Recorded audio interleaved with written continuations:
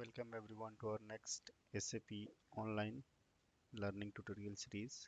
Here in this configuration tutorial, we will see how to assign company code to field status variants. So use transaction code SIMG and press enter. Go to financial accounting here, then financial accounting global settings, ledgers, fields, and here assign company code to field status variants. Click here.